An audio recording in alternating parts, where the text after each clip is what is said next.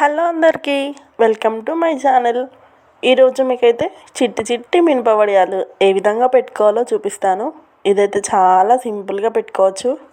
ఇవైతే మనకి అన్నంలో పెట్టుకొని తిన్నా బాగానే ఉంటాయి, లేకపోతే ఈవినింగ్ స్నాక్స్గా కూడా చేసుకున్నా కూడా బాగుంటాయి అన్నమాట. చూడండి, మనకైతే ఆయిల్లో డీప్ ఫ్రై చేసిన తర్వాత ఈ విధంగా ఉంటాయి. టేస్ట్ అయితే చాలా బాగుంటుంది, తప్పకుండా ట్రై చేయండి. దీనికోసం ముందుగా ఒక 1 కప్పు మినప్పప్పునైతే తీసుకోండి. నేనైతే ఇక్కడ పొట్టు మినపప్పు తీసుకుంటున్నాను. మీరు కావాలంటే పొట్టు లేని పప్పును కూడా తీసుకోవచ్చు. దీన్నైతే తగినన్ని వాటర్ని పోసి ఒక 2 టైమ్స్ అయితే వాష్ చేసుకోండి. వాష్ చేసుకొని ఇందులో తగినన్ని వాటర్ని అయితే వేసుకొని నైట్ మొత్తం నానబెట్టుకోండి. మీకు నైట్ అంతా నానిన తర్వాత చూపిస్తున్నాను. ఈ విధంగా అయినాయి అన్నమాట. ఇప్పుడైతే ఒక మిక్సీ జార్ తీసుకొని అందులో 2 పచ్చిమిర్చి, ఒక ఆనియన్, 2-3 వెల్లుల్లి రెబ్బలు, ఒక అల్లం ముక్క వేసి ఈ విధంగా కచ్చాపచ్చాగానైతే మిక్సీ పట్టుకోండి. ఇప్పుడు ఇందులోనే పప్పును కూడా యాడ్ చేసుకోండి. నాది కొంచెమే కాబట్టి మొత్తం ఒకేసారి యాడ్ చేస్తున్నాను.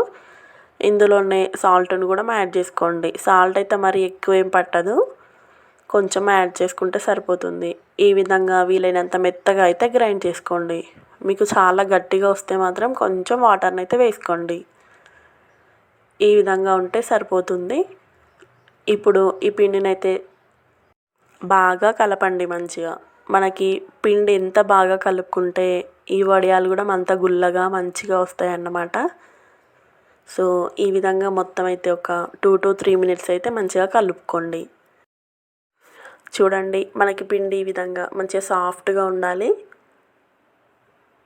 ఈ విధంగా కలుపుకుంటే సరిపోతుంది. మీరు ఒక కప్పులో వాటర్ని అయితే తీసుకొని అందులో ఈ పిండిని ఈ విధంగా వేశారంటే పిండి మనకి పైనకి తేలితే మనకి వడియాలు పెట్టుకోవడానికి పిండి అయితే కరెక్ట్గా సరిపోయినట్టు.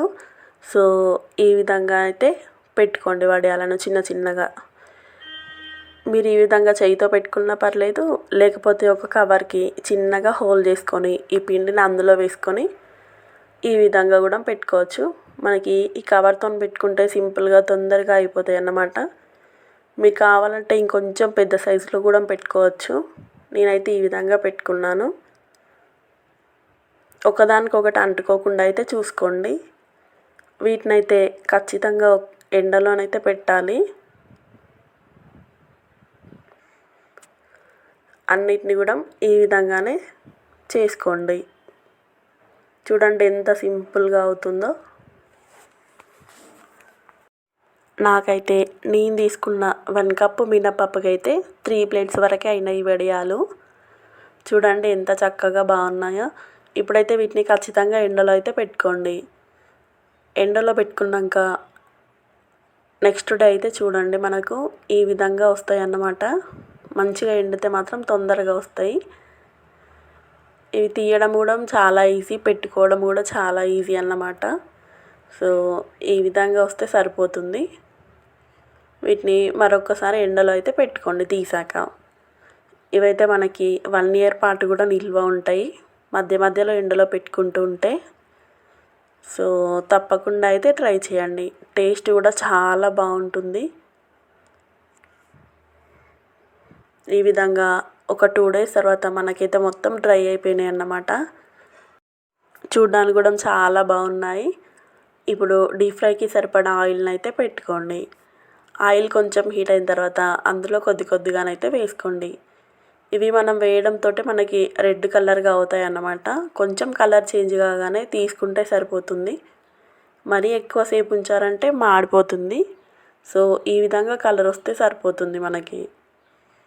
సో అన్నిటిని కూడా ఇదే విధంగా అయితే వేసుకోండి. ఇవైతే టేస్ట్ చాలా బాగుంటాయి. ఖచ్చితంగా తప్పకుండా ట్రై చేయండి. మీరు కనుక మన ఛానల్ని మొదటిసారి చూస్తున్నట్లయితే please subscribe my channel. Video కనుక నచ్చితే లైక్ చేయండి, షేర్ చేయండి, కామెంట్ చేయండి. చూడండి, మనకి ఇవి ఆయిల్ కూడా అంత ఎక్కువ ఏం పీల్చుకోవు. ఈ విధంగా అవుతాయి అన్నమాట. చాలా క్రిస్పీగా, చాలా టేస్టీగా బాగుంటాయి. ఇవి చూస్తుంటే కొంచెం చాకోస్ టైప్లో ఉన్నాయి కదా. సో పిల్లలైతే చాలా ఇష్టంగా తింటారు. తప్పకుండా ట్రై చేయండి.